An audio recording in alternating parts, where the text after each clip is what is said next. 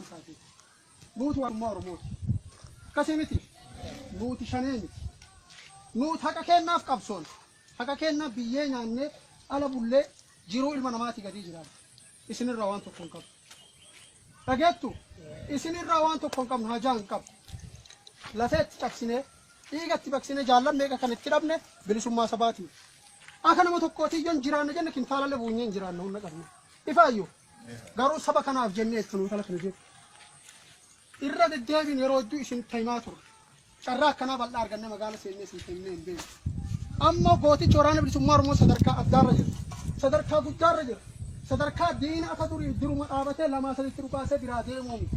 Yookiin dhabamu yookiin dhabamsiisu sadarkaa sanirra jira. Guddatee diqqaa kaanii miti.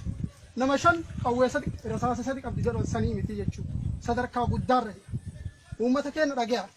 Nuti illee qawwee qabna dhugaa amma hundumaa isa oolni as fidu. Warri illee qawwee qaba dhugaa isin walta qaba. Waan fedhii keessaniin nutti duultan dhaaba. Dhageettaniyyuu ta humnaan utuu isinii beennaa. Nuutu nama afaan beeku. Ta humnaan qawwee utuu isin dhaabanii deemu. Odeessisiniin jedhan nuutu isinii beenu. Fedhii keessaniin tana baate achi baate san baate jettan dhiisaa dhaaba. Taanii maqaa keenyaan hin daldalina.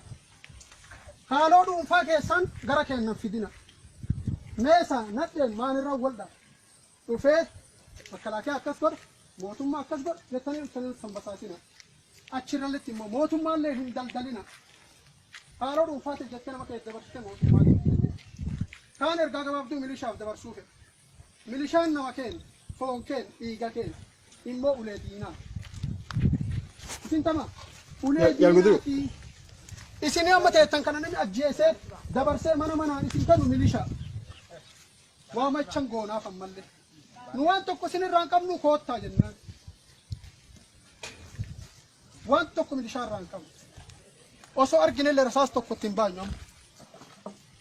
Gala maatii keessan guddifadha. Asi galee horii qabu waan qabu fixateera kunoo katamaa galee. Mindaa biraa hin qabu namni kun. Waggaa sadi warra fiitii galee fichaa qotee hin beeku. Tuun beerti jalaa sokkite. Seenaa hin qabu yoo du'e. Immoo yoo nuti ajjeenne gujii jettidhanii gurra baduuni jira. Yoo qawwee hidhatee kaampii mootummaa keessa ta'e waraana mootummaati. Yoo du'ee reeffi ga'u immoo gujii ta'ee lafaa ka'a. Qarumaa gujii man ta'e namni kun. Gujiin maduula qarumaa. Kanaafuu of laala. Of taa'isaba.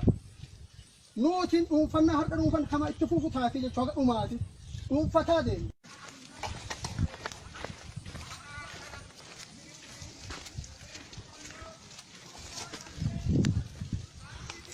Kambi dinak